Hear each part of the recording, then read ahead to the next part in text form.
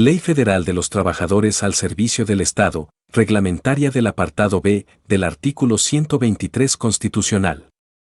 Título primero. Artículo 1 o. La presente ley es de observancia general para los titulares y trabajadores de las dependencias de los poderes de la Unión, del Gobierno del Distrito Federal, de las instituciones que a continuación se enumeran: Instituto de Seguridad y Servicios Sociales de los Trabajadores del Estado, Juntas Federales de Mejoras Materiales, Instituto Nacional de la Vivienda, Lotería Nacional, Instituto Nacional de Protección a la Infancia, Instituto Nacional Indigenista, Comisión Nacional Bancaria y de Seguros, Comisión Nacional de Valores, Comisión de Tarifas de Electricidad y Gas, Centro Materno Infantil Maximino Ávila Camacho y Hospital Infantil, así como de los otros organismos descentralizados, similares a los anteriores que tengan a su cargo función de servicios públicos. Artículo 2 o. Para los efectos de esta ley, la relación jurídica de trabajo se entiende establecida entre los titulares de las dependencias e instituciones citadas y los trabajadores de base a su servicio. En el Poder Legislativo, los órganos competentes de cada Cámara asumirán dicha relación. Artículo 3 o. Trabajadores: toda persona que preste un servicio físico, intelectual o de ambos géneros, en virtud de nombramiento expedido o por figurar en las listas de raya de los trabajadores temporales. Artículo 4 o. Los trabajadores se dividen en dos grupos, de confianza y de base. Artículo 5 o. Son trabajadores de confianza. Y los que integran la planta de la Presidencia de la República y aquellos cuyo nombramiento o ejercicio requiera la aprobación expresa del Presidente de la República. 2. En el Poder Ejecutivo, los de las dependencias y los de las entidades comprendidas dentro del régimen del apartado B del artículo 123 constitucional, que desempeñan funciones que conforme a los catálogos a que alude el artículo 20 de esta ley sean de a. Dirección, como consecuencia del ejercicio de sus atribuciones legales, que de manera permanente y general le confieren la representatividad e implican poder de decisión en el ejercicio del mando a nivel directores generales, directores de área, adjuntos, subdirectores y jefes de departamento. B. Inspección, vigilancia y fiscalización, exclusivamente a nivel de las jefaturas y subjefaturas, cuando estén considerados en el presupuesto de la dependencia o entidad de que se trate, así como el personal técnico que en forma exclusiva y permanente esté desempeñando tales funciones ocupando puestos que a la fecha son de confianza. C. Manejo de fondos o valores, cuando se implique la facultad legal de disponer de estos, determinando su aplicación o destino. El personal de apoyo queda excluido.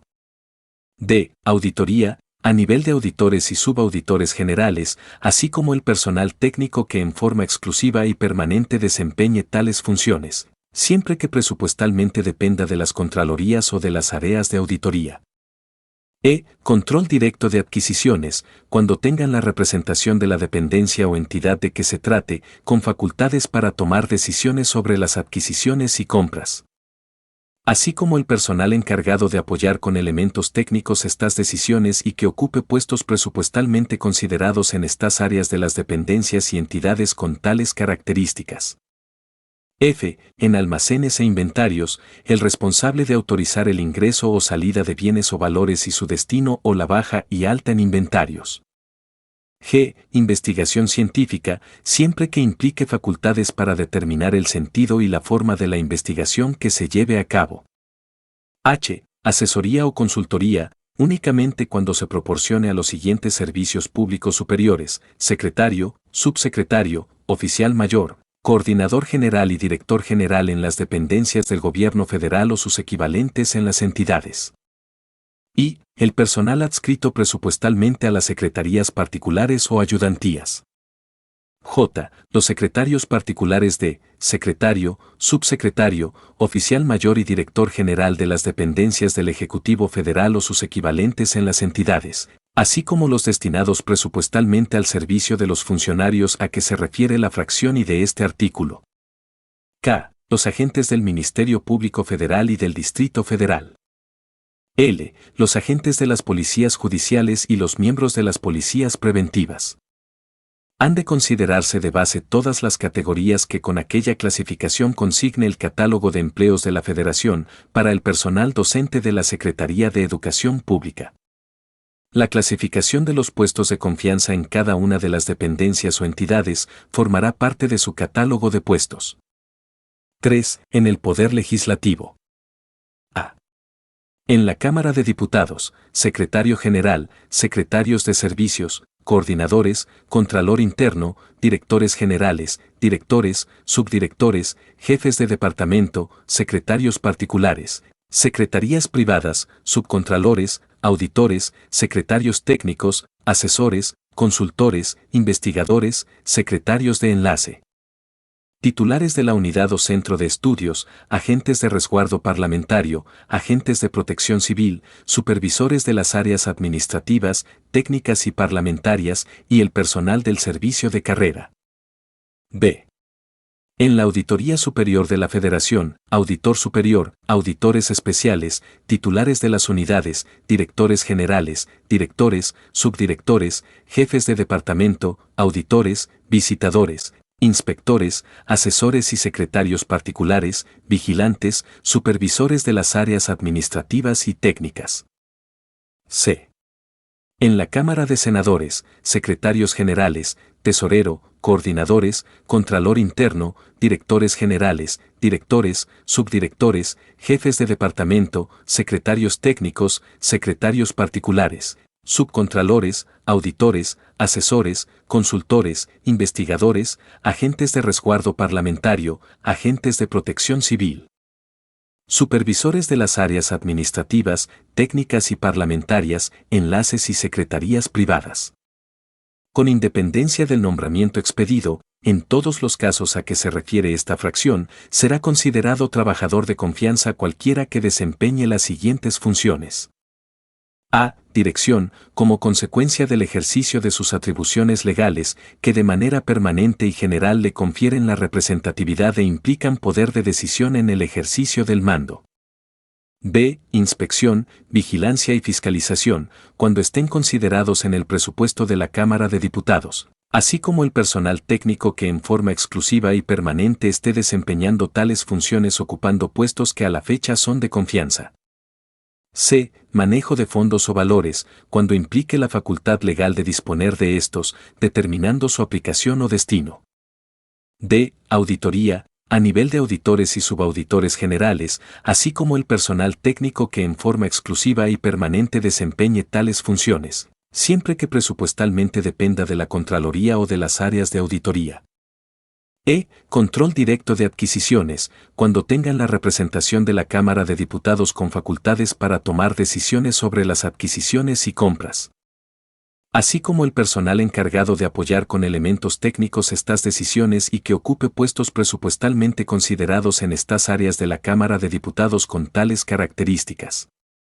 F. En almacén e inventarios, el responsable de autorizar el ingreso o salida de bienes o valores y su destino o la baja y alta en inventarios.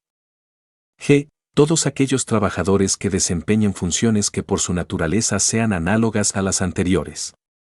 4. En el Poder Judicial, los secretarios de los ministros de la Suprema Corte de Justicia de la Nación y en el Tribunal Superior de Justicia del Distrito Federal, los secretarios del Tribunal Pleno y de las Salas. V. Se deroga. Artículo 6. Son trabajadores de base.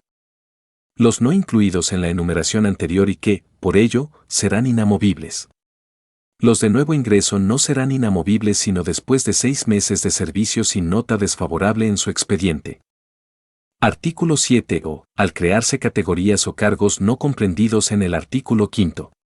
La clasificación de base o de confianza que les corresponda se determinará expresamente por la disposición legal que formalice su creación.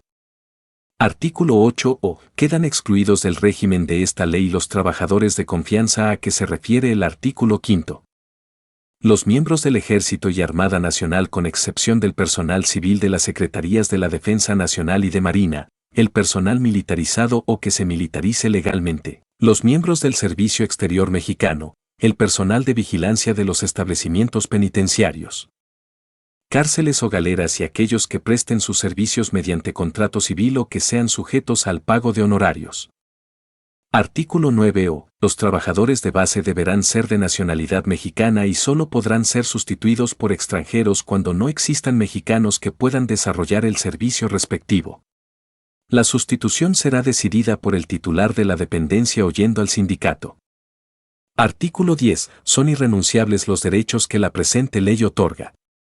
Artículo 10 bis. Se prohíbe la subcontratación de personal en beneficio de las dependencias e instituciones a que se refiere el artículo 1 de la presente ley.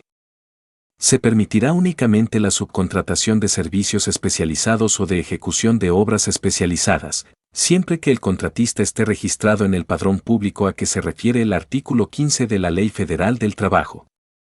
Artículo 11. En lo no previsto por esta ley o disposiciones especiales, se aplicarán supletoriamente, y en su orden, la Ley Federal del Trabajo, el Código Federal de Procedimientos Civiles, las leyes del orden común, la costumbre, el uso, los principios generales de derecho y la equidad. Título 2. Derechos y obligaciones de los trabajadores y de los titulares. Capítulo I. Artículo 12. Los trabajadores prestarán sus servicios en virtud de nombramiento expedido por el funcionario facultado para extenderlo o por estar incluidos en las listas de raya de trabajadores temporales, para obra determinada o por tiempo fijo. Artículo 13. Los menores de edad que tengan más de 16 años tendrán capacidad legal para prestar servicios, percibir el sueldo correspondiente y ejercitar las acciones derivadas de la presente ley. Artículo 14. Serán condiciones nulas y no obligarán a los trabajadores, aun cuando las admitieren expresamente, las que estipulen. Y una jornada mayor de la permitida por esta ley. 2. Las labores peligrosas o insalubres o nocturnas para menores de 16 años. 3. Una jornada inhumana por lo notoriamente excesiva o peligrosa para el trabajador o para la salud de la trabajadora embarazada o el producto de la concepción. 4. Un salario inferior al mínimo establecido para los trabajadores en general, en el lugar donde se presten los servicios, y un plazo mayor de 15 días para el pago de sus sueldos y demás prestaciones económicas. Artículo 15. Los nombramientos deberán contener y nombre, nacionalidad, edad, sexo, estado civil y domicilio. 2. Los servicios que deban prestarse, que se determinarán con la mayor precisión posible. 3. El carácter del nombramiento, definitivo, interino, provisional, por tiempo fijo o por obra determinada. 4. La duración de la jornada de trabajo. El sueldo y demás prestaciones que habrá de percibir el trabajador y el lugar en que prestará sus servicios. Si te gusta nuestro contenido y quieres recibir notificaciones de las reformas y nuevas leyes que estamos publicando, sigue nuestro canal y activa la campanita. Artículo 16. Cuando un trabajador sea trasladado de una población a otra, la dependencia en que preste sus servicios dará a conocer previamente al trabajador las causas del traslado, y tendrá la obligación de sufragar los gastos de viaje y menaje de casa, excepto cuando el traslado se hubiere solicitado por el trabajador. Si el traslado es por periodo mayor de 6 meses, el trabajador tendrá derecho a que se le cubran previamente los gastos que origine el transporte de menaje de casa indispensable para la instalación de su cónyuge y de sus familiares en línea recta ascendentes o descendentes, o colaterales en segundo grado, siempre que estén bajo su dependencia económica. Asimismo, tendrá derecho a que se le cubran los gastos de traslado de su cónyuge y parientes mencionados en este párrafo, salvo que el traslado se deba a solicitud del propio trabajador. Solamente se podrá ordenar el traslado de un trabajador por las siguientes causas.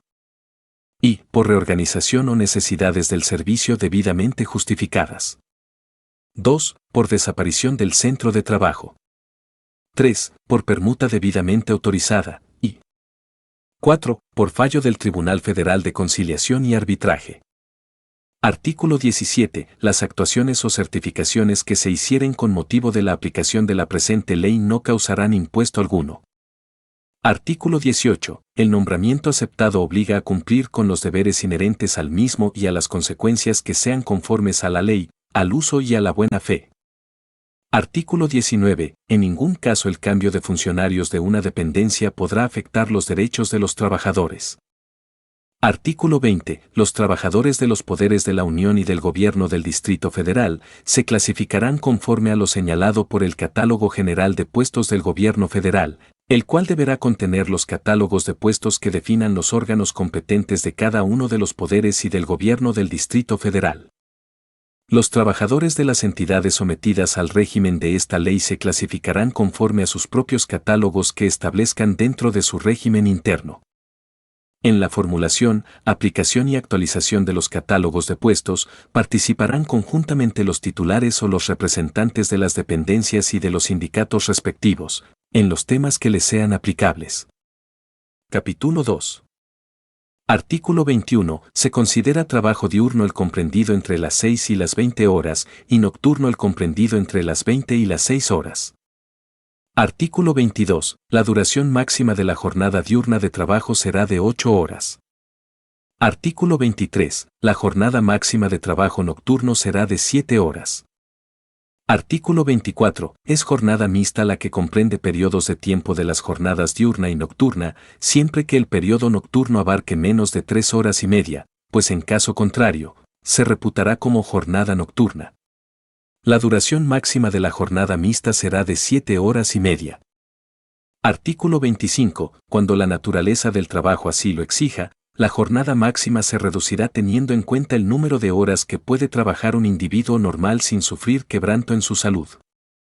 Artículo 26. Cuando por circunstancias especiales deban aumentarse las horas de jornada máxima, este trabajo será considerado como extraordinario y nunca podrá exceder de 3 horas diarias ni de 3 veces consecutivas. Artículo 27. Por cada 6 días de trabajo disfrutará el trabajador de un día de descanso, cuando menos, con goce de salario íntegro. Artículo 28. Las mujeres disfrutarán de un mes de descanso antes de la fecha que aproximadamente se fije para el parto y de otros 2 después del mismo. Durante la lactancia tendrán derecho a decidir entre contar con 2 reposos extraordinarios por día, de media hora cada uno, o bien, un descanso extraordinario por día, de 1 hora para amamantar a sus hijos o para realizar la extracción manual de leche, en lugar adecuado e higiénico que designe la institución o dependencia, y tendrán acceso a la capacitación y fomento para la lactancia materna y amamantamiento, incentivando a que la leche materna sea alimento exclusivo durante 6 meses y complementario hasta avanzado el 2º año de edad. Artículo 29. Serán días de descanso obligatorio los que señale el calendario oficial y el que determinen las leyes federales y locales electorales en el caso de elecciones ordinarias, para efectuar la jornada electoral. Artículo 30. Los trabajadores que tengan más de 6 meses consecutivos de servicios disfrutarán de 2 periodos anuales de vacaciones, de 10 días laborables cada uno, en las fechas que se señalen al efecto, pero en todo caso se dejarán guardias para la tramitación de los asuntos urgentes, para los que se utilizarán de preferencia los servicios de quienes no tuvieren derecho a vacaciones. Cuando un trabajador no pudiere hacer uso de las vacaciones en los periodos señalados, por necesidades del servicio, disfrutará de ellas durante los 10 días siguientes a la fecha en que haya desaparecido la causa que impidiere el disfrute de ese descanso. Pero en ningún caso los trabajadores que laboren en periodos de vacaciones tendrán derecho a doble pago de sueldo. Artículo 31. Durante las horas de jornada legal, los trabajadores tendrán obligación de desarrollar las actividades cívicas y deportivas que fueren compatibles con sus aptitudes, edad y condición de salud, cuando así lo disponga el titular de la dependencia respectiva. Capítulo 3. Artículo 32. El sueldo o salario que se asigna en los tabuladores regionales para cada puesto, constituye el sueldo total que debe pagarse al trabajador a cambio de los servicios prestados, sin perjuicio de otras prestaciones ya establecidas. Los niveles de sueldo del tabulador que consignen sueldos equivalentes al salario mínimo deberán incrementarse en el mismo porcentaje en que se aumente este. La Secretaría de Hacienda y Crédito Público, tomando en cuenta la opinión de la Federación de Sindicatos de Trabajadores al Servicio del Estado, fijará las normas, lineamientos y políticas que permitan establecer las diferencias en las remuneraciones asignadas para los casos de alcances en los niveles de tabulador que se originen con motivo de los incrementos a que se refiere el párrafo anterior. En los poderes de la Unión, los tabuladores salariales serán determinados por sus respectivos órganos competentes, de conformidad con su régimen interno, y se integrarán a sus respectivos presupuestos anuales de egresos. Artículo 33. El sueldo o salario será uniforme para cada uno de los puestos consignados en el Catálogo General de Puestos del Gobierno Federal y se fijará en los tabuladores regionales, quedando comprendidos en los presupuestos de egresos respectivos. Artículo 34. La cuantía del salario uniforme fijado en los términos del artículo anterior no podrá ser disminuida durante la vigencia del presupuesto de egresos a que corresponda. Por cada 5 años de servicios efectivos prestados hasta llegar a 25, los trabajadores tendrán derecho al pago de una prima como complemento del salario. En los presupuestos de egresos correspondientes se fijará oportunamente el monto o proporción de dicha prima. Artículo 35. Se establecerán tabuladores regionales que serán elaborados tomando en consideración el distinto costo medio de la vida en diversas zonas económicas de la República. La Comisión Intersecretarial del Servicio Civil, conforme a lo dispuesto en el párrafo anterior, realizará y someterá a las autoridades que corresponda los estudios técnicos pertinentes para la revisión, actualización y fijación de los tabuladores regionales y las zonas en que estos deberán regir. Artículo 36. Se deroga. Artículo 37. Los pagos se efectuarán en el lugar en que los trabajadores presten sus servicios y se harán precisamente en moneda del curso legal o en cheques. Artículo 38. Solo podrán hacerse retenciones, descuentos o deducciones al salario de los trabajadores cuando se trate y de deudas contraídas con el Estado, por concepto de anticipos de salarios, pagos hechos con exceso, errores o pérdidas debidamente comprobados. 2. Del cobro de cuotas sindicales o de aportación de fondos para la constitución de cooperativas y de cajas de ahorro, siempre que el trabajador hubiese manifestado previamente, de una manera expresa, su conformidad. 3. De los descuentos ordenados por el Instituto de Seguridad y Servicios Sociales de los trabajadores del Estado con motivo de obligaciones contraídas por los trabajadores. 4. De los descuentos ordenados por autoridad judicial competente, para cubrir alimentos que fueren exigidos al trabajador y v. De cubrir obligaciones a cargo del trabajador en las que haya consentido, derivadas de la adquisición o del uso de habitaciones legalmente consideradas como baratas, siempre que la afectación se haga mediante fideicomiso en institución nacional de crédito autorizada al efecto. B. Del pago de abonos para cubrir préstamos provenientes del Fondo de la Vivienda destinados a la adquisición, construcción, reparación o mejoras de casas habitación o al pago de pasivos adquiridos por estos conceptos. Estos descuentos deberán haber sido aceptados libremente por el trabajador y no podrán exceder del 20% del salario. El monto total de los descuentos no podrá exceder del 30% del importe del salario total, excepto en los casos a que se refieren las fracciones 3, 4, v y b de este artículo. Artículo 39. Las horas extraordinarias de trabajo se pagarán con un 100% más del salario asignado a las horas de jornada ordinaria. Artículo 40. En los días de descanso obligatorio y en las vacaciones a que se refieren los artículos del 27 al 30, los trabajadores recibirán salario íntegro. Cuando el salario se pague por unidad de obra, se promediará el salario del último mes. Los trabajadores que presten sus servicios durante el día domingo tendrán derecho a un pago adicional de un 25% sobre el monto de su sueldo o salario de los días ordinarios de trabajo. Los trabajadores que en los términos del artículo 30 de esta ley disfruten de uno o de los dos periodos de 10 días hábiles de vacaciones, percibirán una prima adicional de un 30%, sobre el sueldo o salario que les corresponda durante dichos periodos. Artículo 41. El salario no es susceptible de embargo judicial o administrativo, fuera de lo establecido en el artículo 38. Artículo 42. Es nula la cesión de salarios en favor de tercera persona.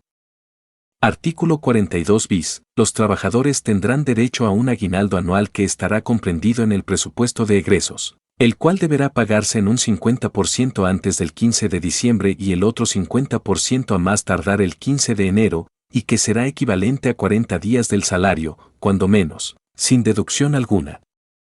El Ejecutivo Federal dictará las normas conducentes para fijar las proporciones y el procedimiento para los pagos en caso de que el trabajador hubiere prestado sus servicios menos de un año. Capítulo 4. Artículo 43. Son obligaciones de los titulares a que se refiere el artículo 1 de esta ley. Y preferir en igualdad de condiciones, de conocimientos, aptitudes y de antigüedad, a los trabajadores sindicalizados respecto de quienes no lo estuvieren, a quienes representen la única fuente de ingreso familiar, a los veteranos de la Revolución, a los supervivientes de la invasión norteamericana de 1914. A los que con anterioridad les hubieran prestado servicios y a los que acrediten tener mejores derechos conforme al escalafón. Para los efectos del párrafo que antecede, en cada una de las dependencias se formarán los escalafones de acuerdo con las bases establecidas en el título tercero de esta ley. 2. Cumplir con todos los servicios de higiene y de prevención de accidentes a que están obligados los patrones en general. 3. Reinstalar a los trabajadores en las plazas de las cuales los hubieren separado y ordenar el pago de los salarios caídos a que fueren condenados por laudo ejecutoriado. En los casos de supresión de plazas, los trabajadores afectados tendrán derecho a que se les otorgue otra equivalente en categoría y sueldo. 4. De acuerdo con la partida que en el presupuesto de egreso se haya fijado para tal efecto, cubrir la indemnización por separación injustificada cuando los trabajadores hayan optado por ella y pagar en una sola exhibición los sueldos o salarios caídos, prima vacacional, prima dominical, aguinaldo y quinquenios en los términos del laudo definitivo. V. Proporcionar a los trabajadores los útiles, instrumentos y materiales necesarios para ejecutar el trabajo convenido.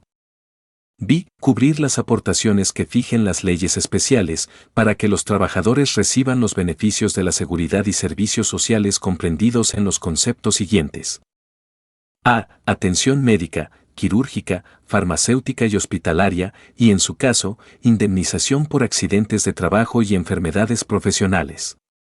B. Atención médica, quirúrgica, farmacéutica y hospitalaria en los casos de enfermedades no profesionales y maternidad. C. Jubilación y pensión por invalidez, vejez o muerte. D. Asistencia médica y medicinas para los familiares del trabajador en los términos de la Ley del Instituto de Seguridad y Servicios Sociales de los Trabajadores del Estado. E. Establecimiento de centros para vacaciones y para recuperación, de guarderías infantiles y de tiendas económicas. F. Establecimiento de escuelas de administración pública en las que se impartan los cursos necesarios para que los trabajadores puedan adquirir los conocimientos para obtener ascensos conforme al escalafón y procurar el mantenimiento de su aptitud profesional. G. Propiciar cualquier medida que permita a los trabajadores de su dependencia el arrendamiento o la compra de habitaciones baratas. H. Constitución de depósitos en favor de los trabajadores con aportaciones sobre sus sueldos básicos o salarios, para integrar un fondo de la vivienda a fin de establecer sistemas de financiamiento que permitan otorgar a estos crédito barato y suficiente para que adquieran en propiedad o condominio habitaciones cómodas e higiénicas.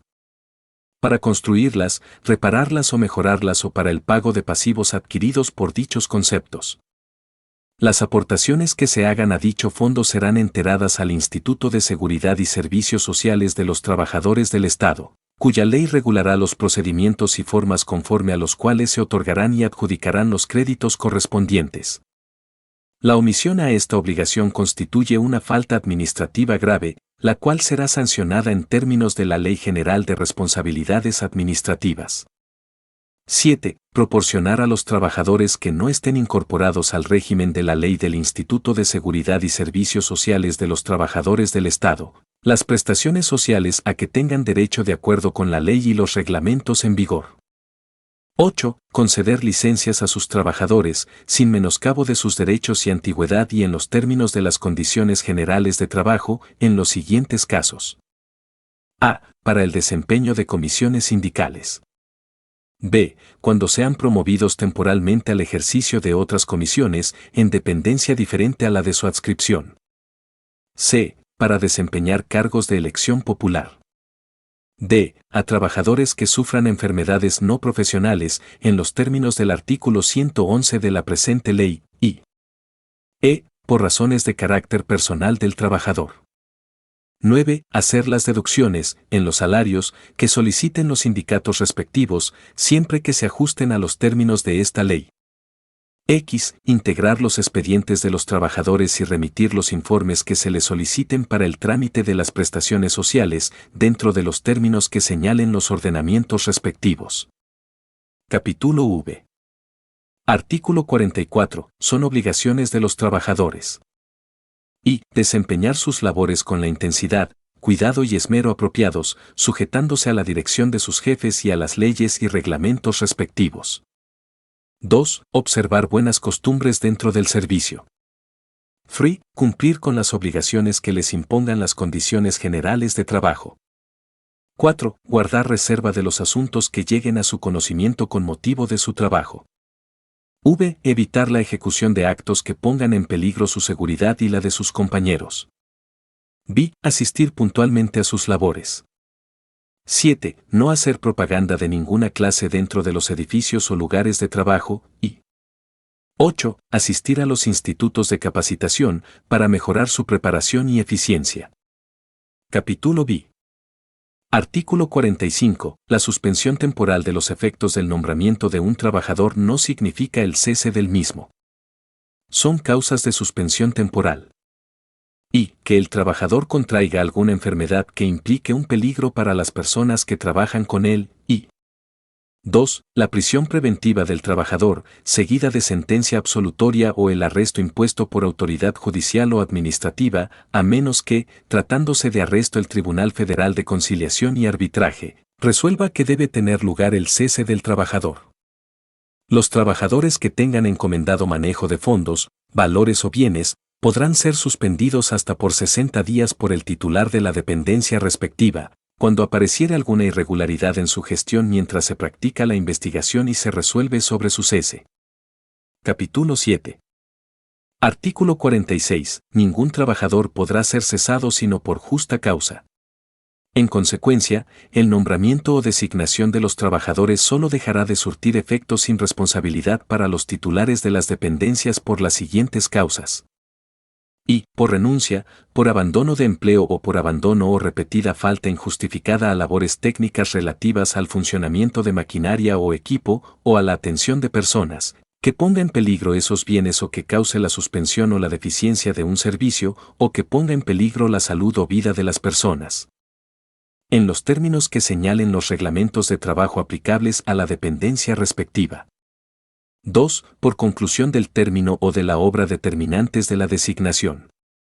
3. Por muerte del trabajador. 4. Por incapacidad permanente del trabajador, física o mental, que le impida el desempeño de sus labores. V. Por resolución del Tribunal Federal de Conciliación y Arbitraje en los casos siguientes. A. Cuando el trabajador incurriere en faltas de probidad u honradez o en actos de violencia, amagos, injurias o malos tratamientos contra sus jefes o compañeros o contra los familiares de unos u otros, ya sea dentro o fuera de las horas de servicio.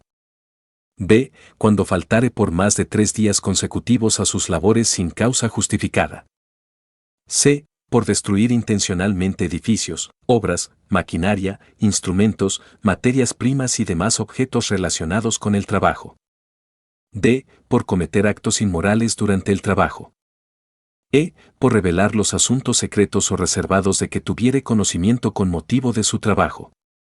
F. Por comprometer con su imprudencia, descuido o negligencia la seguridad del taller, oficina o dependencia donde preste sus servicios o de las personas que allí se encuentren. G. Por desobedecer reiteradamente y sin justificación las órdenes que reciba de sus superiores. H. Por concurrir, habitualmente, al trabajo en estado de embriaguez o bajo la influencia de algún narcótico o droga enervante. I. Por falta comprobada de cumplimiento a las condiciones generales de trabajo de la dependencia respectiva. J. Por prisión que sea el resultado de una sentencia ejecutoria. En los casos a que se refiere esta fracción, el jefe superior de la oficina respectiva podrá ordenar la remoción del trabajador que diere motivo a la terminación de los efectos de su nombramiento, a oficina distinta de aquella en que estuviere prestando sus servicios, dentro de la misma entidad federativa cuando esto sea posible. Hasta que sea resuelto en definitiva el conflicto por el Tribunal Federal de Conciliación y Arbitraje. Por cualquiera de las causas a que se refiere esta fracción, el titular de la dependencia podrá suspender los efectos del nombramiento si con ello está conforme el sindicato correspondiente, pero si éste no estuviere de acuerdo, y cuando se trate de alguna de las causas graves previstas en los incisos A, C, E y H.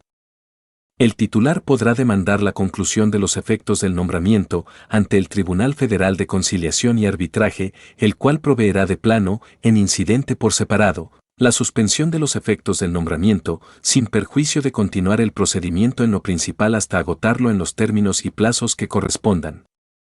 para determinar en definitiva sobre la procedencia o improcedencia de la terminación de los efectos del nombramiento.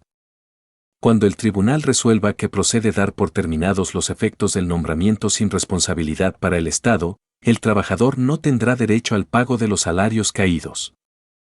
Artículo 46 bis. Cuando el trabajador incurra en alguna de las causales a que se refiere la fracción V del artículo anterior, el jefe superior de la oficina procederá a levantar acta administrativa, con intervención del trabajador y un representante del sindicato respectivo, en la que con toda precisión se asentarán los hechos.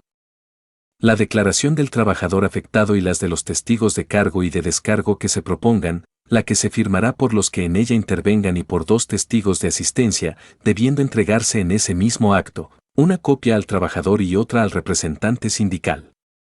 Si a juicio del titular procede demandar ante el Tribunal Federal de Conciliación y Arbitraje la terminación de los efectos del nombramiento del trabajador, a la demanda se acompañarán, como instrumentos base de la acción, el acta administrativa y los documentos que, al formularse ésta, se hayan agregado a la misma. Título 3. Del escalafón. Capítulo I. Artículo 47. Se entiende por escalafón el sistema organizado en cada dependencia conforme a las bases establecidas en este título, para efectuar las promociones de ascenso de los trabajadores y autorizar las permutas. Artículo 48. Tienen derecho a participar en los concursos para ser ascendidos, todos los trabajadores de base con un mínimo de 6 meses en la plaza del grado inmediato inferior. Artículo 49. En cada dependencia se expedirá un reglamento de escalafón conforme a las bases establecidas en este título, el cual se formulará, de común acuerdo, por el titular y el sindicato respectivo. Artículo 50. Son factores escalafonarios. Y. Los conocimientos. 2. La aptitud. 3. La antigüedad, y 4. La disciplina y puntualidad. Se entiende. A. Por conocimientos, la posesión de los principios teóricos y prácticos que se requieren para el desempeño de una plaza. B. Por aptitud, la suma de facultades físicas y mentales, la iniciativa, laboriosidad y la eficiencia para llevar a cabo una actividad determinada. C. Por antigüedad, el tiempo de servicios prestados a la dependencia correspondiente, o a otra distinta cuyas relaciones laborales se rijan por la presente ley, siempre que el trabajador haya sido sujeto de un proceso de reasignación con motivo de la reorganización de servicios, o de los efectos de la desconcentración administrativa aun cuando la reasignación tuviere lugar por voluntad del trabajador. En el Instituto de Seguridad y Servicios Sociales de los Trabajadores del Estado, las plazas de directores y subdirectores de clínicas, jefes de división quirúrgica y de división médica, jefes de servicios de especialidad médica y quirúrgica y jefes de laboratorio médico, serán ocupadas por oposición entre los trabajadores de la misma institución. Para calificar la oposición, la Comisión de Escalafón se asesorará de las Academias Nacionales de Medicina y de Cirugía, según el caso, las que rendirán el dictamen correspondiente, mismo que servirá de base para la designación.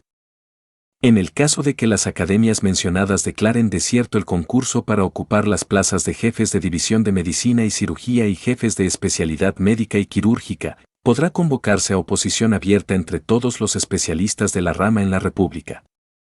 Artículo 51. Las vacantes se otorgarán a los trabajadores de la categoría inmediata inferior que acrediten mejores derechos en la valoración y calificación de los factores escalafonarios. En igualdad de condiciones tendrá prioridad el trabajador que acredite ser la única fuente de ingresos de su familia y cuando existan varios en esta situación, se preferirá al que demuestre mayor tiempo de servicios prestados dentro de la misma unidad burocrática. Artículo 52. Los factores escalafonarios se calificarán por medio de los tabuladores o a través de los sistemas adecuados de registro y evaluación que señalen los reglamentos. Capítulo 2. Artículo 53. El personal de cada dependencia será clasificado, según sus categorías, en los grupos que señala el artículo 20 de esta ley. Artículo 54. En cada dependencia funcionará una comisión mixta de escalafón, integrada con igual número de representantes del titular y del sindicato, de acuerdo con las necesidades de la misma unidad, quienes designarán un árbitro que decida los casos de empate. Si no hay acuerdo, la designación la hará el Tribunal Federal de Conciliación y Arbitraje en un término que no excederá de 10 días y de una lista de 4 candidatos que las partes en conflicto le propongan. Artículo 55. Los titulares de las dependencias proporcionarán a las comisiones mixtas de escalafón los medios administrativos y materiales para su eficaz funcionamiento. Artículo 56. Las facultades, obligaciones, atribuciones, procedimientos y derechos de las comisiones mixtas de escalafón y de sus organismos auxiliares en su caso, quedarán señalados en los reglamentos y convenios, sin contravenir las disposiciones de esta ley. Capítulo 3. Artículo 57.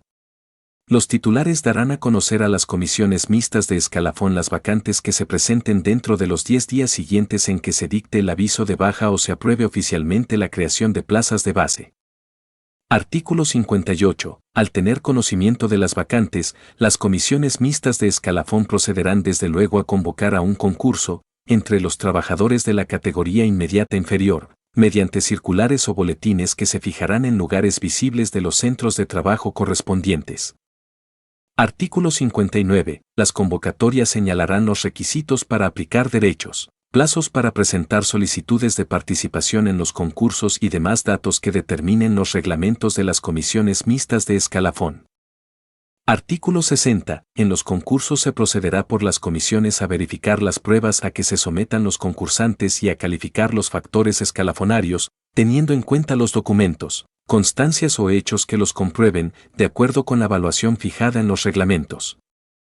Artículo 61. La vacante se otorgará al trabajador que, habiendo sido aprobado de acuerdo con el reglamento respectivo, obtenga la mejor calificación. Artículo 62. Las plazas de última categoría de nueva creación o las disponibles en cada grupo, una vez corridos los escalafones respectivos con motivo de las vacantes que ocurrieren, y previo estudio realizado por el titular de la dependencia, tomando en cuenta la opinión del sindicato, que justifique su ocupación. Serán cubiertas en un 50% libremente por los titulares y el restante 50% por los candidatos que proponga el sindicato. Los aspirantes para ocupar las plazas vacantes deberán reunir los requisitos que para esos puestos señala cada una de las dependencias. Artículo 63. Cuando se trate de vacantes temporales que no excedan de 6 meses, no se moverá el escalafón. El titular de la dependencia de que se trate nombrará y removerá libremente al empleado interino que deba cubrirla. Artículo 64. Las vacantes temporales mayores de 6 meses serán ocupadas por riguroso escalafón, pero los trabajadores ascendidos serán nombrados en todo caso con el carácter de provisionales, de tal modo que si quien disfrute de la licencia reingresare al servicio, automáticamente se correrá en forma inversa el escalafón y el trabajador provisional de la última categoría correspondiente dejará de prestar su servicio sin responsabilidad para el titular. Artículo 65. Las vacantes temporales mayores de 6 meses serán las que se originen por licencias otorgadas a un trabajador de base en los términos del artículo 43 fracción 8 de esta ley. Artículo 66. El procedimiento para resolver las permutas de empleos, así como las inconformidades de los trabajadores afectados por trámites o movimientos escalafonarios, será previsto en los reglamentos. Título 4. De la organización colectiva de los trabajadores y de las condiciones generales de trabajo. Capítulo I.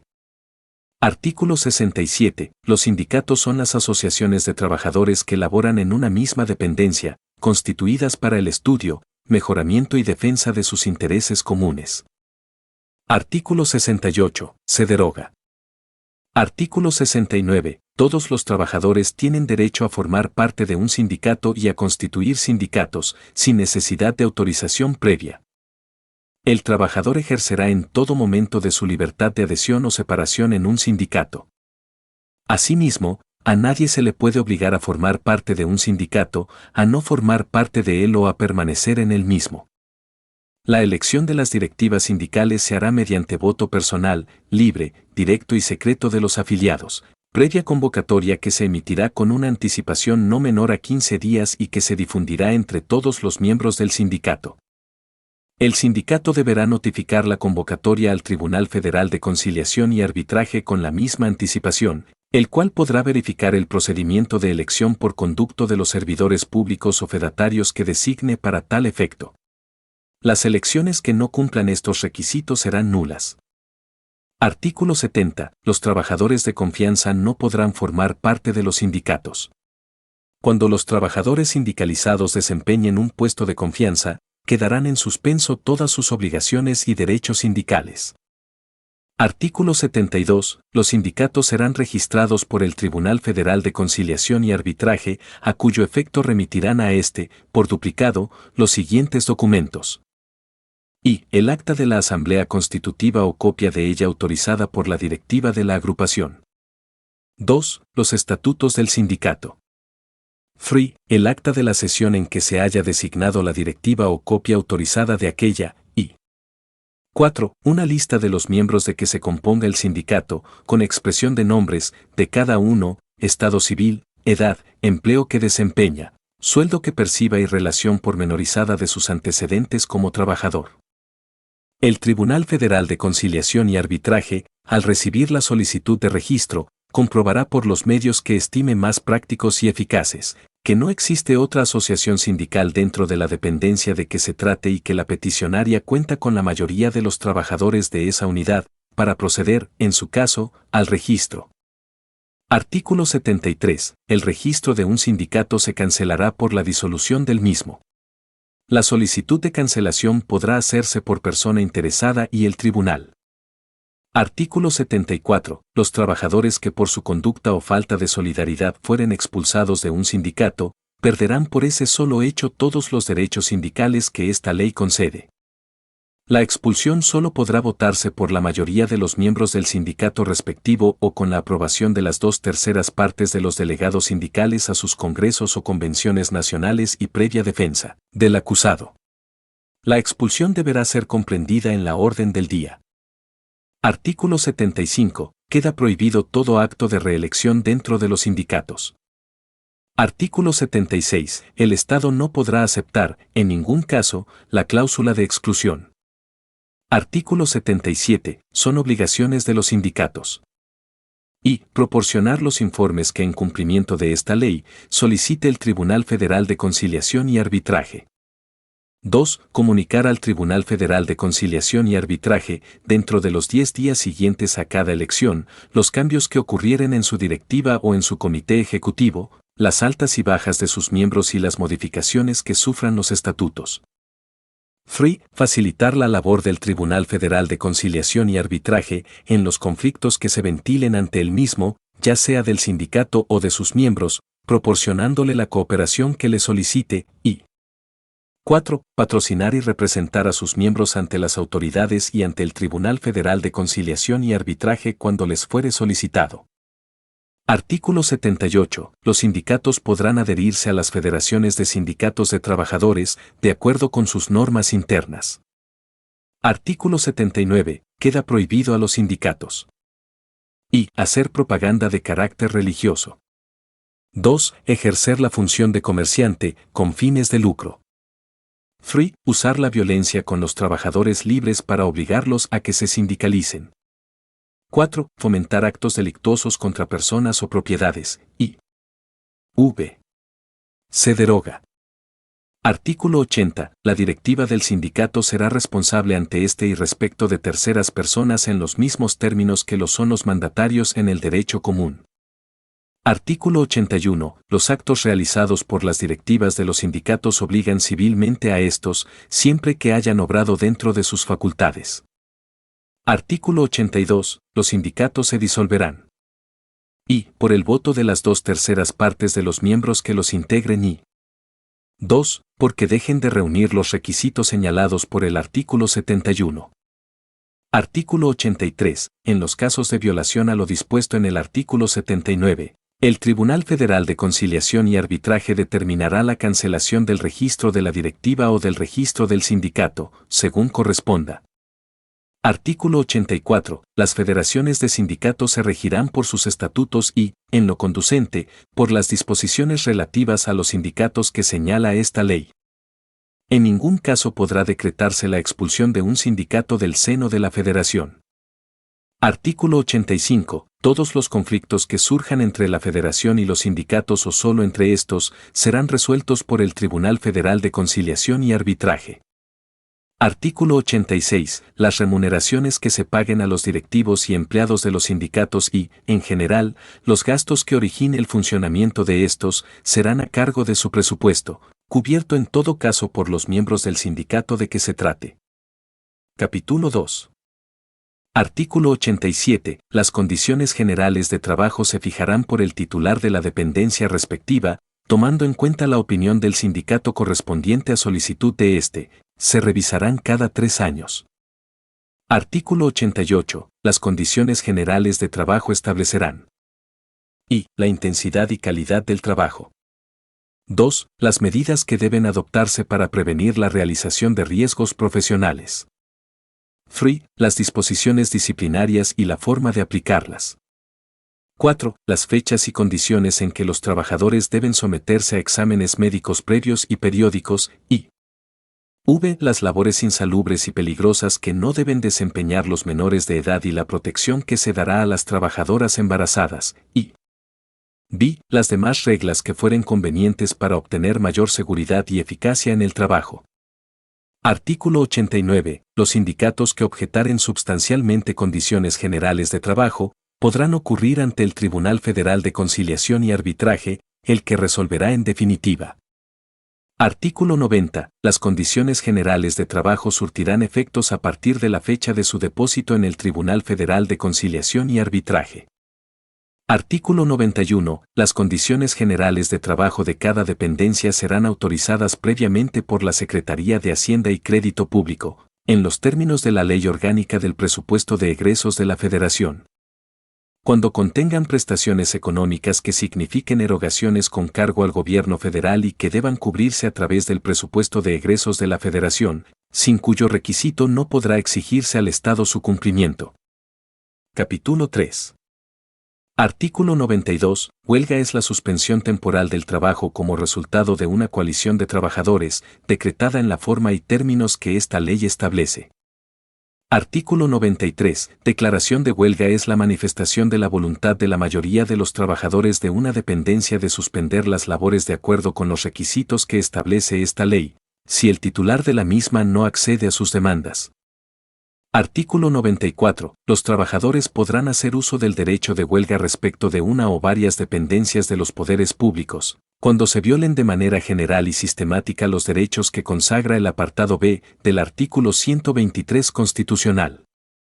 Artículo 95. La huelga solo suspende los efectos de los nombramientos de los trabajadores por el tiempo que dure, pero sin terminar o extinguir los efectos del propio nombramiento. Artículo 96. La huelga deberá limitarse al mero acto de la suspensión del trabajo.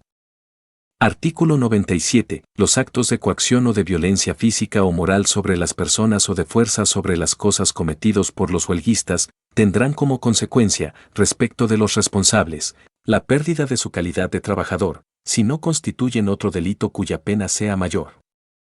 Se sancionarán con prisión hasta de 2 años y multa hasta de 10.000 pesos, más la reparación del daño. Artículo 98. En caso de huelga, los trabajadores con funciones en el extranjero deberán limitarse a hacer valer sus derechos por medio de los organismos nacionales que correspondan, en la inteligencia de que les está vedado llevar a cabo cualquier movimiento de carácter huelguístico fuera del territorio nacional. Capítulo 4. Artículo 99. Para declarar una huelga se requiere y que se ajuste a los términos del artículo 94 de esta ley, y 2. Que sea declarada por las 2/3 partes de los trabajadores de la dependencia afectada. Artículo 100. Antes de suspender las labores, los trabajadores deberán presentar al presidente del Tribunal Federal de Conciliación y Arbitraje su pliego de peticiones con la copia del acta de la asamblea en que se haya acordado declarar la huelga. El presidente, una vez recibido el escrito y sus anexos, correrá traslado con la copia de ellos al funcionario o funcionarios de quienes dependa la concesión de las peticiones, para que resuelvan en el término de 10 días, a partir de la notificación. Artículo 101. El Tribunal Federal de Conciliación y Arbitraje decidirá dentro de un término de 72 horas, computado desde la hora en que se reciba copia del escrito acordando la huelga, si ésta es legal o ilegal, según que se hayan satisfecho o no los requisitos a que se refieren los artículos anteriores. Si la huelga es legal, procederá desde luego a la conciliación de las partes, siendo obligatoria la presencia de éstas en las audiencias de avenimiento.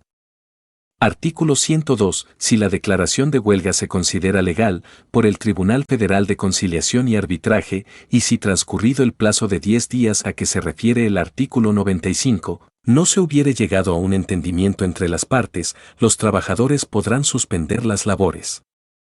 Artículo 103. Si la suspensión de labores se lleva a cabo antes de los 10 días del emplazamiento, el tribunal declarará que no existe el estado de huelga. Fijará a los trabajadores un plazo de 24 horas para que reanuden sus labores, apercibiéndolos de que si no lo hacen, quedarán cesados sin responsabilidad para el Estado. Salvo en casos de fuerza mayor o de error no imputable a los trabajadores, y declarará que el Estado o funcionarios afectados no han incurrido en responsabilidad. Artículo 104. Si el tribunal resuelve que la declaración de huelga es ilegal, prevendrá a los trabajadores que, en caso de suspender las labores, el acto será considerado como causa justificada de cese y dictará las medidas que juzgue necesarias para evitar la suspensión. Artículo 105. Si el tribunal resuelve que la huelga es ilegal, quedarán cesados por este solo hecho, sin responsabilidad para los titulares, los trabajadores que hubieren suspendido sus labores. Artículo 106. La huelga será declarada ilegal y delictuosa cuando la mayoría de los huelguistas ejecuten actos violentos contra las personas o las propiedades, o cuando se decreten en los casos del artículo 29 constitucional. Artículo 107. En tanto que no se declare ilegal, inexistente o terminado un estado de huelga, el tribunal y las autoridades civiles y militares deberán respetar el derecho que ejerciten los trabajadores, dándoles las garantías y prestándoles auxilio que soliciten. Artículo 108. La huelga terminará. Y, por avenencia entre las partes en conflicto. 2. Por resolución de la Asamblea de Trabajadores tomada por acuerdo de la mayoría de los miembros. 3. Por declaración de ilegalidad o inexistencia, y 4. Por laudo de la persona o tribunal que, a solicitud de las partes y con la conformidad de éstas, se aboque al conocimiento del asunto. Artículo 109. Al resolverse que una declaración de huelga es legal, el tribunal a petición de las autoridades correspondientes y tomando en cuenta las pruebas presentadas, fijará el número de trabajadores que los huelguistas estarán obligados a mantener en el desempeño de sus labores, a fin de que continúen realizándose aquellos servicios cuya suspensión perjudique la estabilidad de las instituciones, la conservación de las instalaciones o signifique un peligro para la salud pública.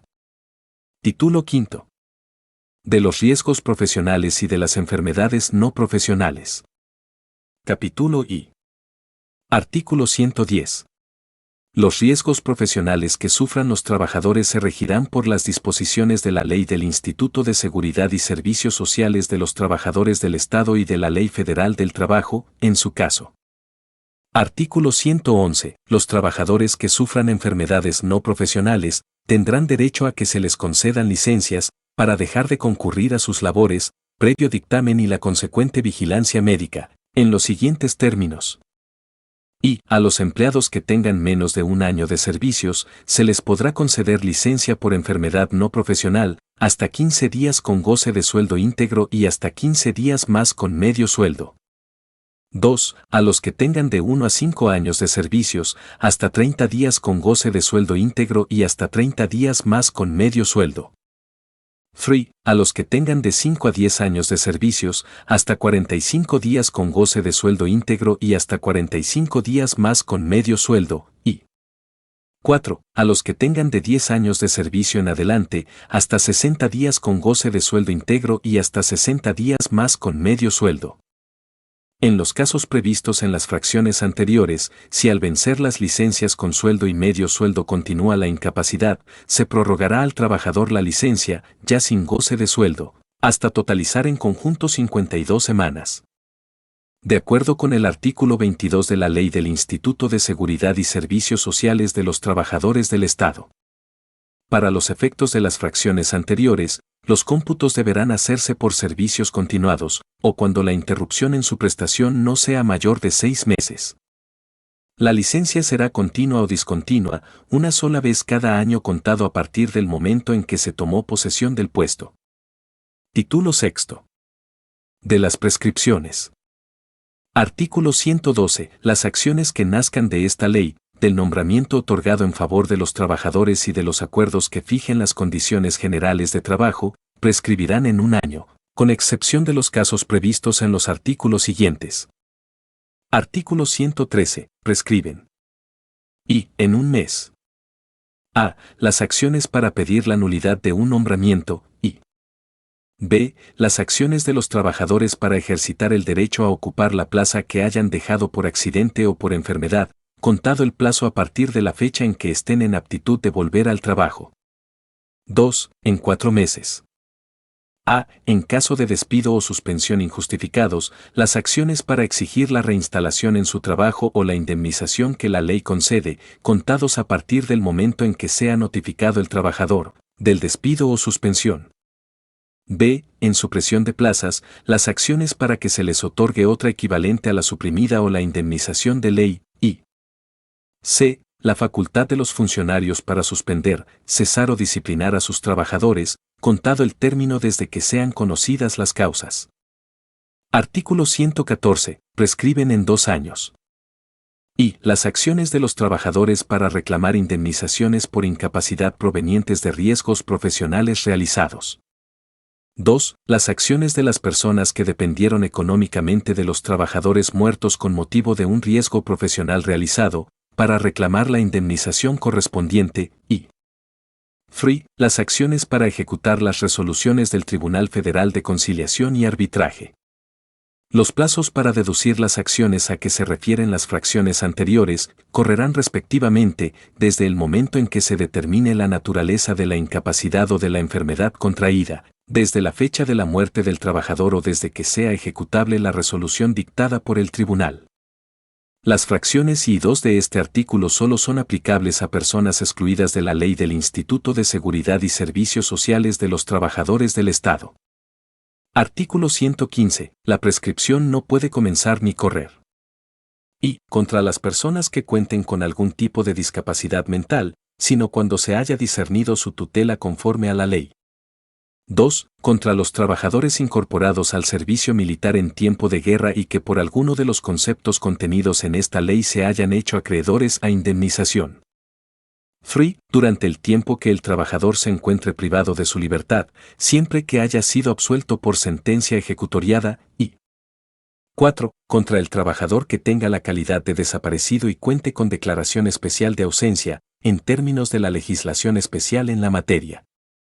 Artículo 116. La prescripción se interrumpe.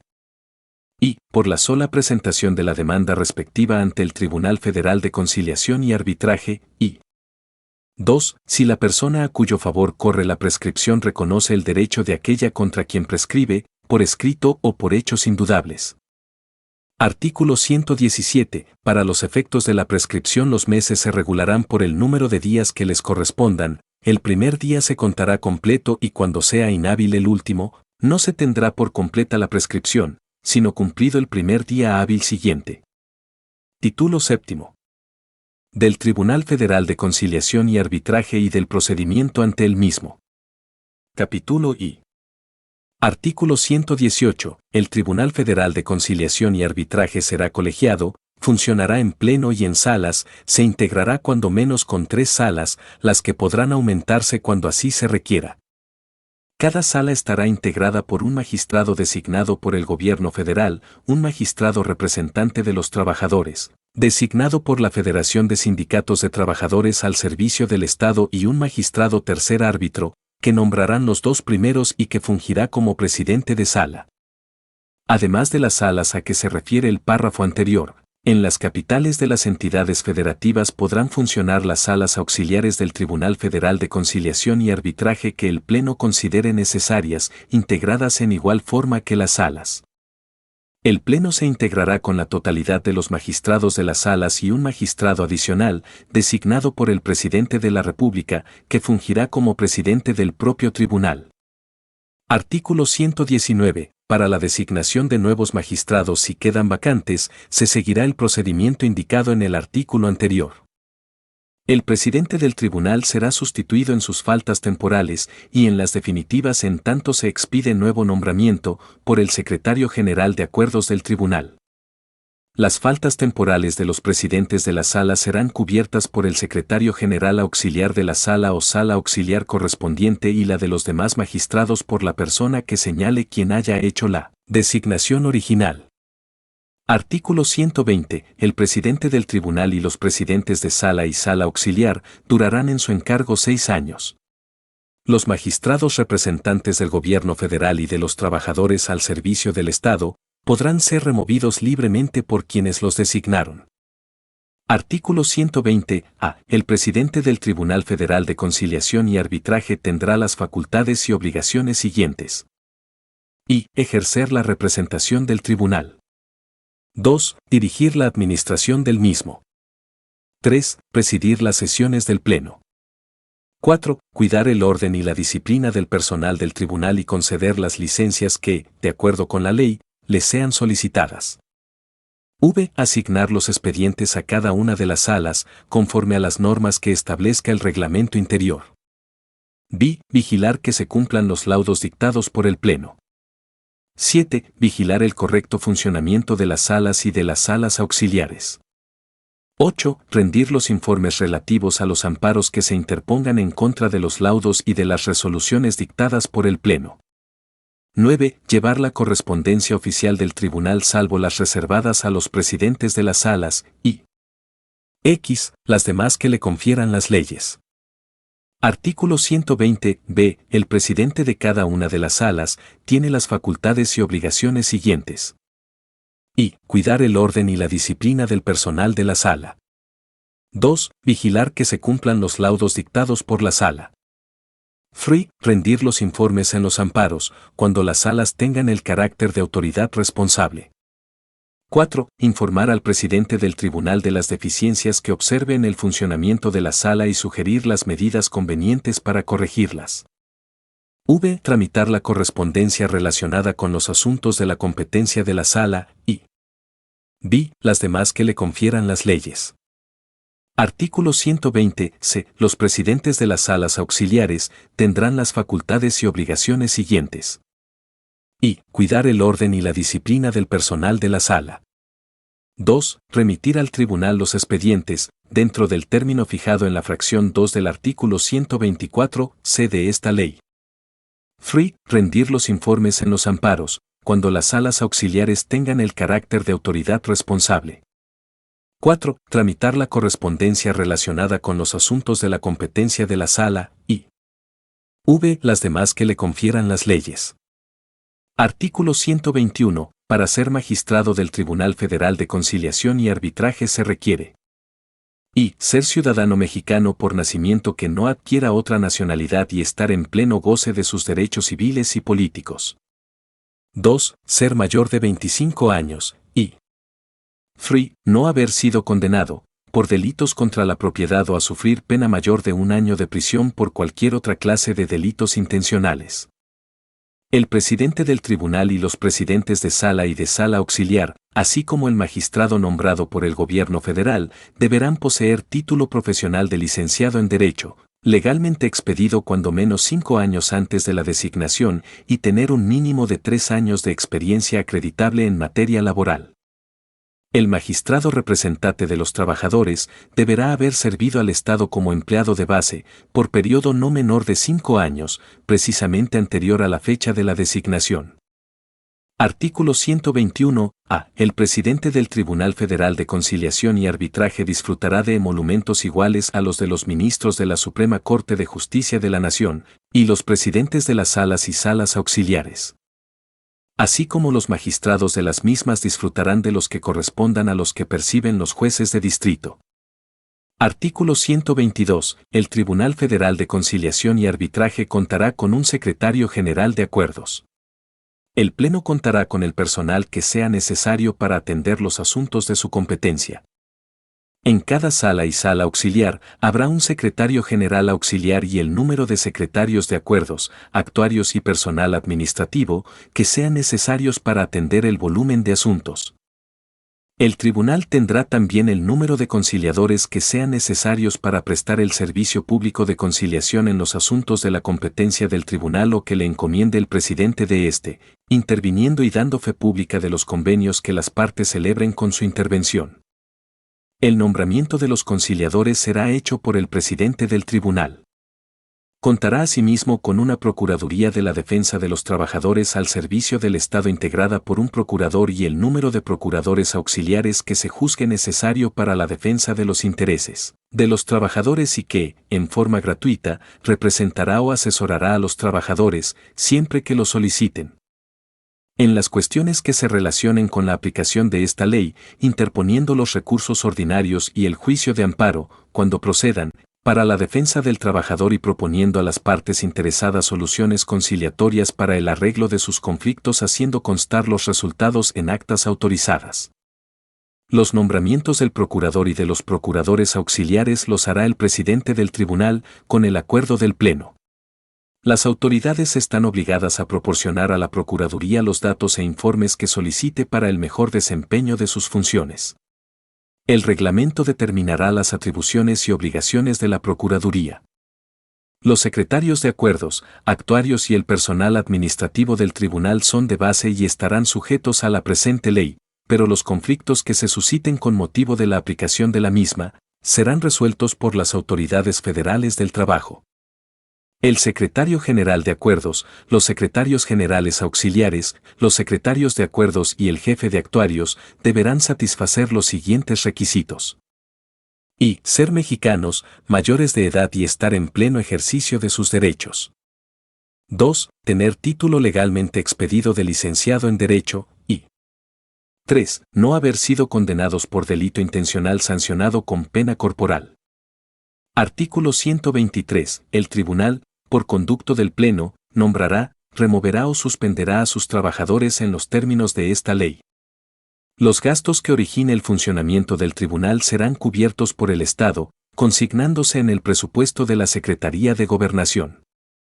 El personal jurídico y administrativo del Tribunal Federal de Conciliación y Arbitraje tendrá las facultades y atribuciones específicas que determinen esta ley y el reglamento interior del tribunal. Capítulo 2. Artículo 124. El Tribunal Federal de Conciliación y Arbitraje será competente para y conocer de los conflictos individuales que se susciten entre titulares de una dependencia o entidad y sus trabajadores. 2. Conocer de los conflictos colectivos que surjan entre el Estado y las organizaciones de trabajadores a su servicio. 3. Conceder el registro de los sindicatos o, en su caso, dictar la cancelación del mismo. 4. Conocer de los conflictos sindicales e intersindicales, y efectuar el registro de las condiciones generales de trabajo, reglamentos de escalafón, reglamentos de las comisiones mixtas de seguridad e higiene y de los estatutos de los sindicatos. Artículo 124. A. Al Pleno del Tribunal Federal de Conciliación y Arbitraje corresponde y expedir el reglamento interior y los manuales de organización del tribunal. 2. Uniformar los criterios de carácter procesal de las diversas salas, procurando evitar sustenten tesis contradictorias. 3. Tramitar y resolver los asuntos a que se refieren las fracciones 2, 3, 4 y v del artículo anterior. 4. Determinar, en función de las necesidades del servicio, la ampliación de número de salas y de salas auxiliares que requiera la operación del tribunal, y las demás que le confieran las disposiciones legales aplicables. Artículo 124b. A cada una de las salas corresponde y conocer, tramitar y resolver los conflictos individuales que se susciten entre los titulares de las dependencias o entidades y sus trabajadores y que les sean asignados, de conformidad con lo establecido en el reglamento interior, y 2. Las demás que les confieran las leyes. Artículo 124c. A las salas auxiliares corresponde y conocer de los conflictos individuales que se susciten entre las dependencias o entidades a que se refiere el artículo primero de esta ley y sus trabajadores, cuando éstos presten sus servicios en las entidades federativas de su jurisdicción. 2. Tramitar todos los conflictos a que se refiere la fracción anterior hasta agotar el procedimiento, sin emitir laudo, debiendo turnar el expediente al presidente del Tribunal Federal de Conciliación y Arbitraje, dentro de los 10 días siguientes a aquel en que se declare cerrada la instrucción, para que éste lo turne a la sala correspondiente que dictará el laudo, y 3. Las demás que les confieran las leyes. Capítulo 3. Artículo 125. Tan pronto reciba la primera promoción relativa a un conflicto colectivo o sindical, el presidente del Tribunal Federal de Conciliación y Arbitraje citará a las partes dentro de las 24 horas siguientes a una audiencia de conciliación, que deberá llevarse a cabo dentro del término de 3 días contados a partir de la fecha de la citación. En esta audiencia procurará avenir a las partes, de celebrarse convenio, se elevará a la categoría de laudo, que las obligará como si se tratara de sentencia ejecutoriada. Si no se avienen, remitirá el expediente a la Secretaría General de Acuerdos del Tribunal para que se proceda al arbitraje de conformidad con el procedimiento que establece este capítulo. Artículo 126. En el procedimiento ante el Tribunal Federal de Conciliación y Arbitraje no se requiere forma o solemnidad especial en la promoción o intervención de las partes. Artículo 127. El procedimiento para resolver las controversias que se sometan al Tribunal Federal de Conciliación y Arbitraje se reducirá a la presentación de la demanda respectiva, que deberá hacerse por escrito o verbalmente por medio de comparecencia, a la contestación, que se hará en igual forma, y a una sola audiencia en la que se recibirán las pruebas y alegatos de las partes y se pronunciará resolución, salvo cuando a juicio del propio tribunal se requiera la práctica de otras diligencias, en cuyo caso se ordenará que se lleven a cabo y, una vez desahogadas, se dictará laudo. Artículo 127 bis. El procedimiento para resolver las controversias relativas a la terminación de los efectos del nombramiento de los trabajadores ante el Tribunal Federal de Conciliación y Arbitraje se desarrollará en la siguiente forma. Y la dependencia presentará por escrito su demanda, acompañada del acta administrativa y de los documentos a que se alude el artículo 46 bis, solicitando en el mismo acto el desahogo de las demás pruebas que sea posible rendir durante la audiencia a que se refiere la siguiente fracción. 2. Dentro de los 3 días siguientes a la presentación de la demanda se correrá traslado de la misma al demandado, quien dispondrá de 9 días hábiles para contestar por escrito, acompañando las pruebas que obren en su poder, señalando el lugar o lugares en donde se encuentren los documentos que no posea, para el efecto de que el tribunal lo solicite, y proponiendo la práctica de pruebas durante la audiencia a la que se refiere la fracción siguiente, y fijados los términos de la controversia y reunidas las pruebas que se hubiesen presentado con la demanda y la contestación, el tribunal citará a una audiencia que se celebrará dentro de los 15 días siguientes de recibida la contestación, en la que se desahogarán pruebas.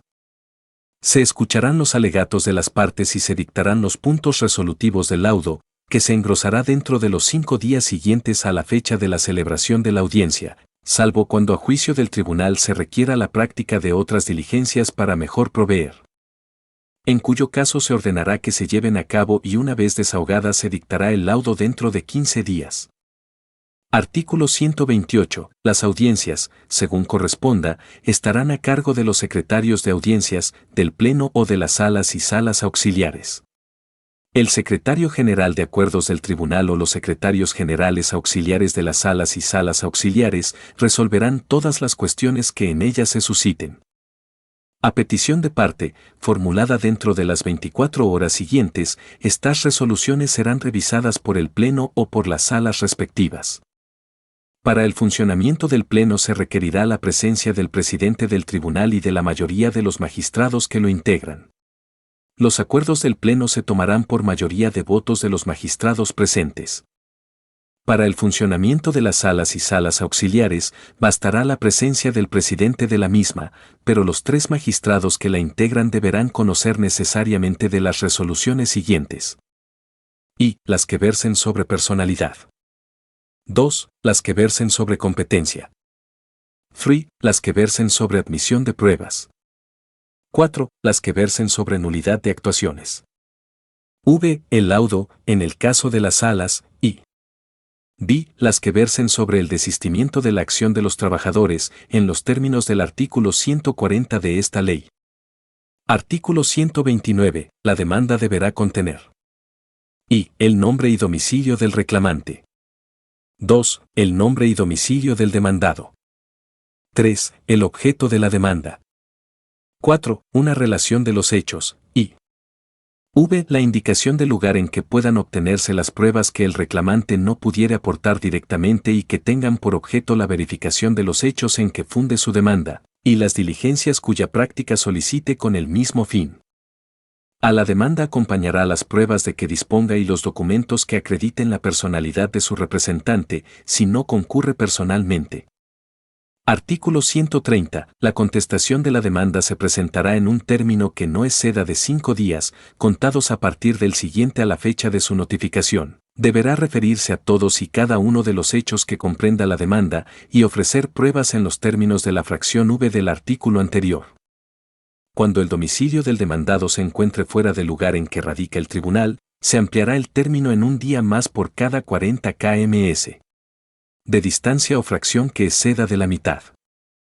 Artículo 131. El tribunal, tan luego como reciba la contestación de la demanda una vez transcurrido el plazo para contestarla, ordenará la práctica de las diligencias que fueren necesarias y citará a las partes y, en su caso, a los testigos y peritos, para la audiencia de pruebas, alegatos y resolución.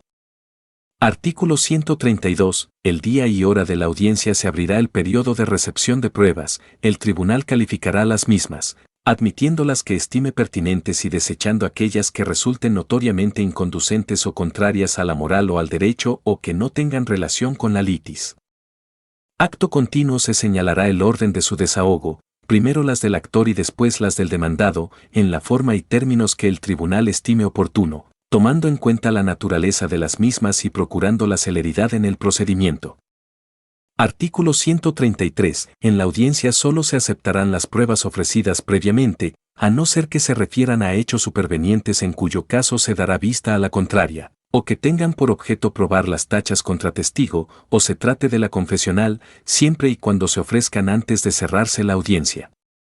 Artículo 134. Los trabajadores podrán comparecer por sí o por representantes acreditados mediante simple carta poder. Los titulares podrán hacerse representar por apoderados que acrediten ese carácter mediante simple oficio.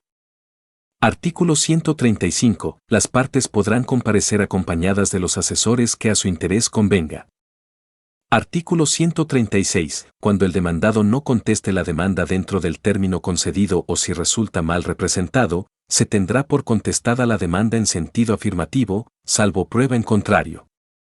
Artículo 137. El tribunal apreciará en conciencia las pruebas que se le presenten, sin sujetarse a reglas fijas para su estimación, y resolverá los asuntos a verdad sabida y buena fe guardada, debiendo expresar en su laudo las consideraciones que se funde su decisión.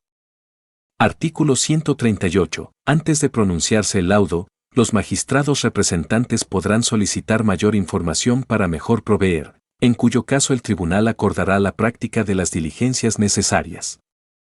Artículo 139. Si de la demanda, o durante la secuela del procedimiento, resultare, a juicio del tribunal, su incompetencia, la declarará de oficio. Artículo 140. Se tendrá por desistida de la acción y de la demanda intentada a toda persona que no haga promoción alguna en el término de 3 meses, siempre que esa promoción sea necesaria para la continuación del procedimiento. El tribunal, de oficio o a petición de parte, una vez transcurrido este término, declarará la caducidad. No operará la caducidad, aun cuando el término transcurra, por el desahogo de diligencias que deban practicarse fuera del local del tribunal o por estar pendientes de recibirse informes o copias certificadas que hayan sido solicitadas. Artículo 141. Los incidentes que se susciten con motivo de la personalidad de las partes o de sus representantes de la competencia del tribunal, del interés de tercero, de nulidad de actuaciones u otros motivos, serán resueltos de plano. Artículo 142. La demanda, la citación para absolver posiciones, la declaratoria de caducidad, el laudo y los acuerdos con apercibimiento se notificarán personalmente a las partes. Las demás notificaciones se harán por estrados. Todos los términos correrán a partir del día hábil siguiente a aquel en que se haga el emplazamiento, citación-notificación, y se contará en ellos el día del vencimiento. Artículo 143. El tribunal sancionará las faltas de respeto que se le cometan, ya sea por escrito o en cualquiera otra forma. Las sanciones consistirán en amonestación o multa. Esta no excederá de 50 pesos tratándose de trabajadores ni de 500 tratándose de funcionarios. Artículo 144. El Tribunal Federal de Conciliación y Arbitraje no podrá condenar al pago de costas. Artículo 145. Los miembros del Tribunal Federal de Conciliación y Arbitraje no podrán ser recusados. Artículo 146. Las resoluciones dictadas por el Tribunal Federal de Conciliación y Arbitraje serán inapelables y deberán ser cumplidas, desde luego, por las autoridades correspondientes. Pronunciado el laudo, el tribunal lo notificará a las partes. Artículo 147. Las autoridades civiles y militares están obligadas a prestar auxilio al Tribunal Federal de Conciliación y Arbitraje para hacer respetar sus resoluciones, cuando fueren requeridas para ello. Título octavo. De los medios de apremio y de la ejecución de los laudos. Capítulo I. Artículo 148. El tribunal, para hacer cumplir sus determinaciones, podrá imponer multas hasta de 1,000 pesos. Artículo 149. Las multas se harán efectivas por la Tesorería General de la Federación, para lo cual el tribunal girará el oficio correspondiente. La Tesorería informará al tribunal de haber hecho efectiva la multa, señalando los datos relativos que acrediten su cobro. Capítulo 2. Artículo 150. El Tribunal Federal de Conciliación y Arbitraje tiene la obligación de proveer a la eficaz e inmediata ejecución de los laudos y, a ese efecto, dictará todas las medidas necesarias en la forma y términos que a su juicio sean procedentes. Artículo 151. Cuando se pida la ejecución de un laudo, el tribunal despachará auto de ejecución y comisionará a un actuario para que, asociado de la parte que obtuvo, se constituya en el domicilio de la demandada y la requiera para que cumpla la resolución, apercibiéndola da que, de no hacerlo, se procederá conforme a lo dispuesto en el capítulo anterior. Título noveno. De los conflictos entre el Poder Judicial de la Federación y sus servidores. Capítulo I. Artículo 152. Los conflictos entre el Poder Judicial de la Federación y sus servidoras o servidores serán resueltos por una comisión de conflictos laborales del Poder Judicial de la Federación. Dichas resoluciones podrán ser impugnadas mediante el correspondiente recurso de revocación que se presente ante el Pleno de la Suprema Corte de Justicia de la Nación por lo que respecta a sus trabajadoras o trabajadores o, ante el Pleno del Consejo de la Judicatura Federal tratándose de sus empleadas o empleados. La resolución de este recurso será definitiva e inatacable.